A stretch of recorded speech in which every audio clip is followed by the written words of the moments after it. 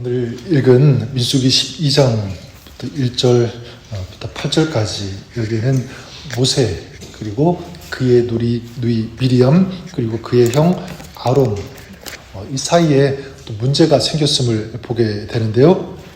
1절에 이렇게 말씀하고 있죠. 모세가 구스 여자를 취하였더니 그 구스 여자를 취하였으므로 미리암과 아론이 모세를 비방하니라. 누이 미리암과 형 아론이 모세를 비방했다. 이유가 무엇입니까? 1절에 나오는 그 이유는 모세가 구스 여자를 취했기 때문에 이렇게 나오고 있죠. 이방 여인을 취한 것 때문에 비방했다. 얼핏 보면 맞는 말입니다. 하나님께서도 이방 족속과 결혼하는 것을 금지하셨기 때문에 그렇습니다. 신명기 7장에 보면 그들과 혼인하지 말지니 내 딸을 그들의 아들에게 주지 말 것이오 이렇게 말씀하지 않으셨습니까? 자, 그런데 우리가 여기서 알아야 되는 것은 하나님께서 무조건적으로 이방 사람과 결혼하지 말라고 하셨는가? 그건 아닙니다. 더 하나님께서 생각하시고 그리고 하나님께서 정말 주시고자 하는 그 말씀 그 포인트는 무엇이냐면 결혼하지 말라고 한 것은 뭐냐면 그 결혼으로 말미암아 영적으로 타락할 수 있는 위험이 굉장히 크기 때문에 그렇습니다. 신명기 7장 34절에 이렇게 말씀하는데 그가 내 아들을 유혹하여 그가 여호와를 떠나고 다른 신들을 섬기게 함으로 여호와께서 너희에게 진노하사 갑자기 너희를 멸하실 것임이니라. 그들이 그러니까 이방 여인하고 결혼했다면 그 여인이 유혹한다는 거죠. 여호와를 떠나게 한다. 그리고 다른 신들을 섬기게 할 수 있는 그런 가능성이 많기 때문에 이걸 하나님께서 아시고 반대하시고 금지하신 것으로 볼 수가 있습니다. 자, 그러니까 이방 여인과 결혼하는 그 자체가 중요한 문제가 아니라 그 결혼을 통해서 믿음을 잃어버리는 것 그리고 하나님의 백성이라고 하는 이 정체성을 잃어버리는 것 이것이 더 중요했다는 것이죠. 자, 요셉과 같은 경우에도 보면 애굽에서 이방 여인과 결혼하고요. 에브라임과 므낫세를 낳았습니다. 그들도 이스라엘 지파로 인정을 받았다는 것 우리가 알 수 있지 않습니까? 예수님의 족보에도 이방 여인이 들어가 있죠. 라합이 그랬고 룻도 그 족보에 들어가 있다는 사실 우리가 알 수가 있습니다. 자, 그러니까 미리암과 지금 아론이 모세를 비방하고 있는 것은 겉으로 볼 때는 모세가 구스 여인을 취했다라고 하는 이 이유도 있지만 그 속으로 들어가 보면 다른 이유가 있다는 것을 우리가 알게 됩니다. 그것이 무엇이냐면 바로 시기와 질투라고 할 수 있습니다. 2절에 보면 그 의도가 분명히 나오고 있죠. 그들이 이르되 미리암과 아론입니다. 여호와께서 모세와만 말씀하셨느냐 우리와도 말씀하지 아니하셨느냐 하며 여호와께서 이 말을 들으셨느니라. 우리도 하나님의 말씀을 들을 수 있다.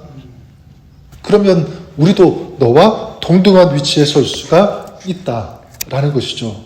그러니까 모세를 비방하는 것은 겉으로 볼 때는 어떤 신학적인 도덕적인 문제처럼 보이지만 사실 그들의 마음속 깊은 곳에는 뭐가 있었던 거죠? 질투라는 것, 시기하는 이것이 있었다는 것입니다. 자, 미리암과 아론의 이런 비방과 도전은 결국 모세의 지도력을 시기하고 질투하는 것이다라고 보는 것이 맞습니다.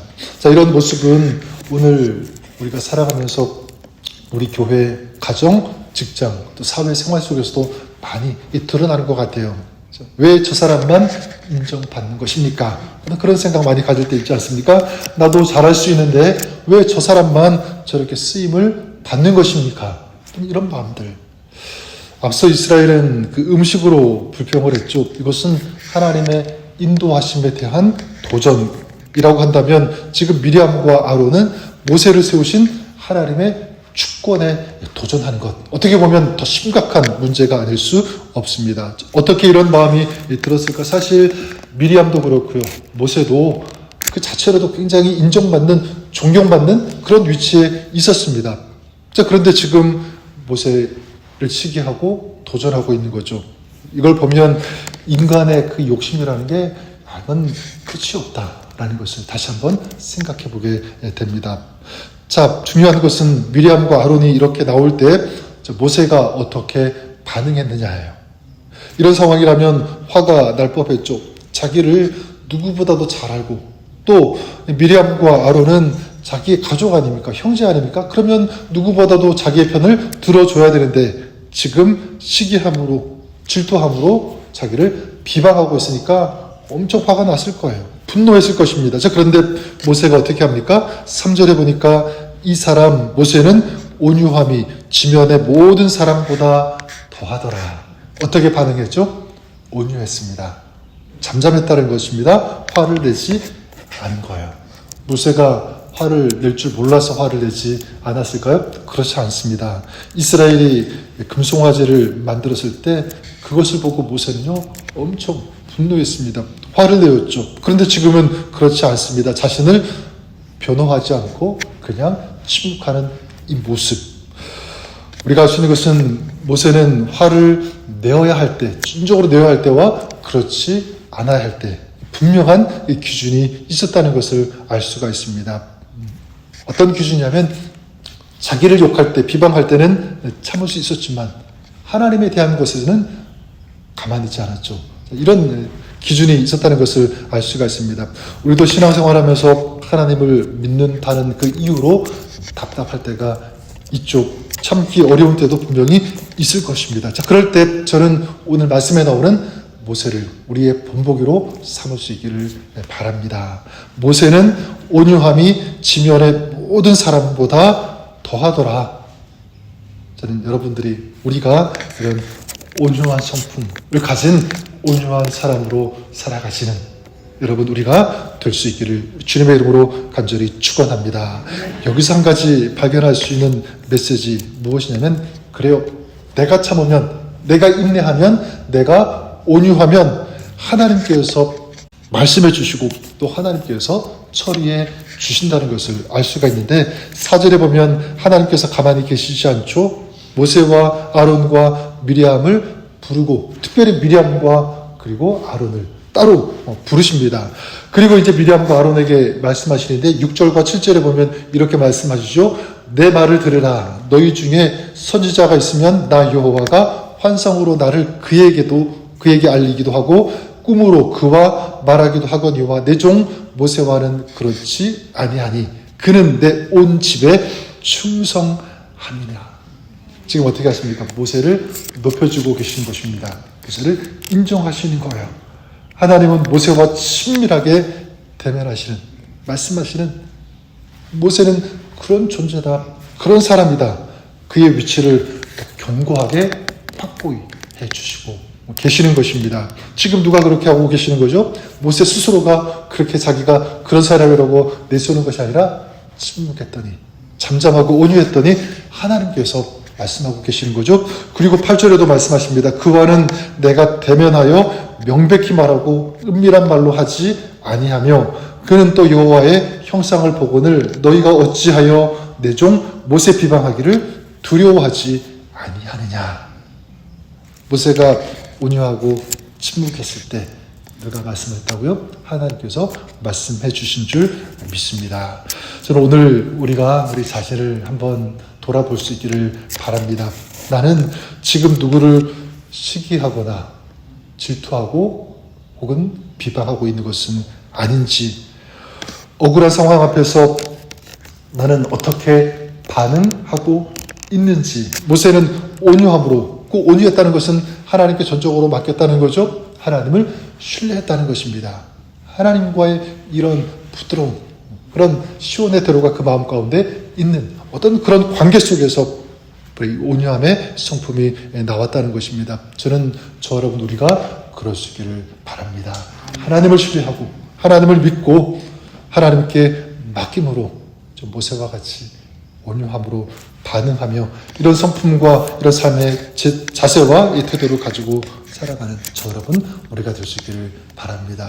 구체적으로 여러분 질투하지 마시고 하나님이 각 사람에게 맡기신 사명은 다 다르잖아요. 그죠?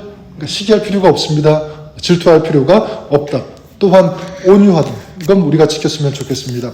세상은 강한 자를 인정하고 높이지만 하나님은 누구를 지키시고 누구를 인정하시는가? 모세를 본다면 바로 온유한 자, 하나님께서 인정해 주시는 줄 믿습니다. 또 모세를 향하여 그가 충성했다라고 말씀하고 있는 것처럼 우리도 주님께 충성하는 하나님 나라에 정말 귀하게 쓰임받는 저 여러분 우리가 될 수 있기를 바랍니다. 사람이 보든 안 보든 하나님 앞에서 나에게 맡겨진 그 자리를 성실히 지키고 그 사명을 감당하시는 오늘 저와 여러분 우리의 삶이 될 수 있기를 바랍니다. 그럴 때 하나님께서 우리의 편이 되어주시고 우리의 힘이 되어주시고 우리의 삶, 우리 하나님께서 높여주시고 세워주실 것을 믿습니다. 이런 주님의 은혜 가운데 살아가시는 오늘 하루 여러분 평생의 삶이 될 수 있기를 우리 주님의 이름으로 간절히 축원합니다. 하나님 아버지 모세의 온유함이 오늘 우리의 삶에 나타나기를 간절히 소망합니다. 하나님께서 맡겨주신 이 사명 기쁨과 감사함으로 감당하게 하여 주시옵소서. 또 하나님 나라를 세워가는 이 충성됨 오늘 우리의 삶이 그런 모습으로 또 그런 삶으로 나아갈 수 있도록 인도하여 주시옵소서. 오늘도 우리를 높이시며 인정하시며 함께 하시는 우리의 편이 되어주시는 주님을 더욱더 신뢰하며 주님과 동행하는 믿음 안에서 살아가는 복된 하루 승리하는 삶 될 수 있도록 축복해 주옵소서. 예수님의 이름으로 기도드립니다. 아멘.